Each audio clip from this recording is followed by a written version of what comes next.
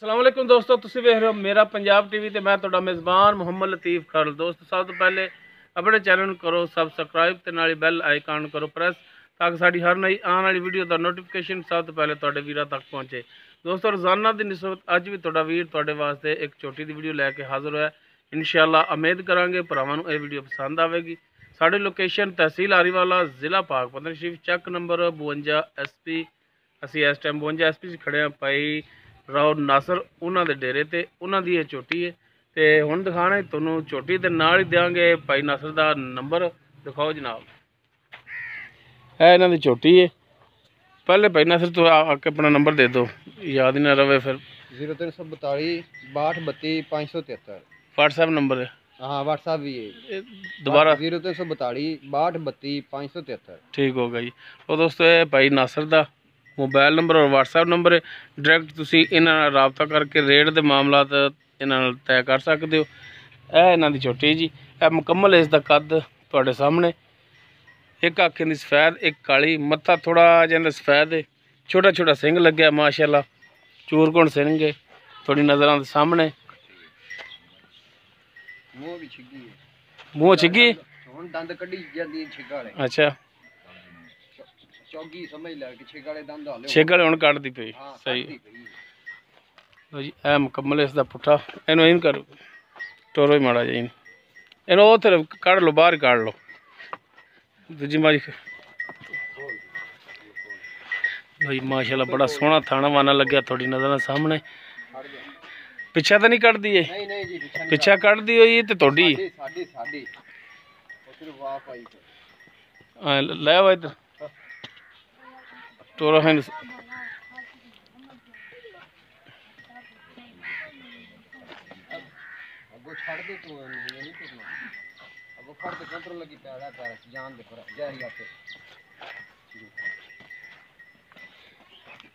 टुरन फिरन थोड़े सामने आधा टाइम बिल्कुल ठीक है। टुरन दे विच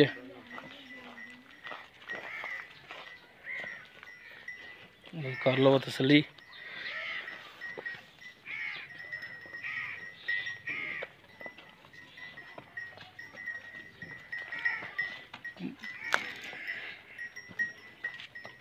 खलोया कर्म वालिए।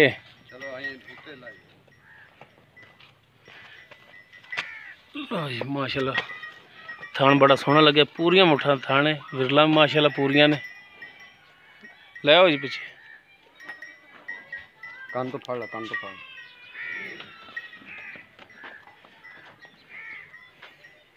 चलो खड़ी रहने दो, तो खड़ी रहने दो, चल खड़ी रहने दो।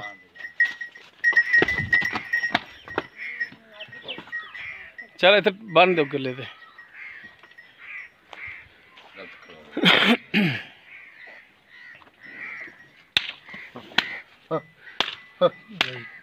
कर सकते हो तसली तुसी।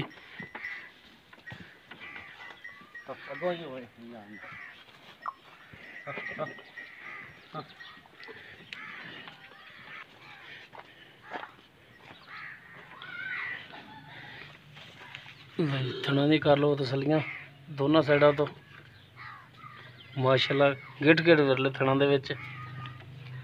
बाकी इनका की हिसाब किताब ये सारी गल्लां पुछ लांगे भाई नासर तो। उत्थे बनो यार, उत्थे बन लो।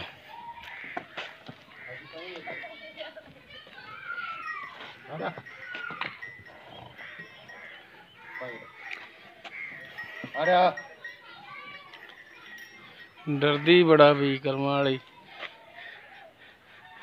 हाँ जी भाई नासर दसो। हाँ दो है हिसाब किताब किनवा सुबह ने सुना है? पहला सुना जी, मुँह छिगी है, छिग वाले दंद हाले कड्डन डी है, समझ ले चौगी हाले। चलो छिगी होगी, कड्डन लग गई होगी, समझ ले कड्डन लग गई।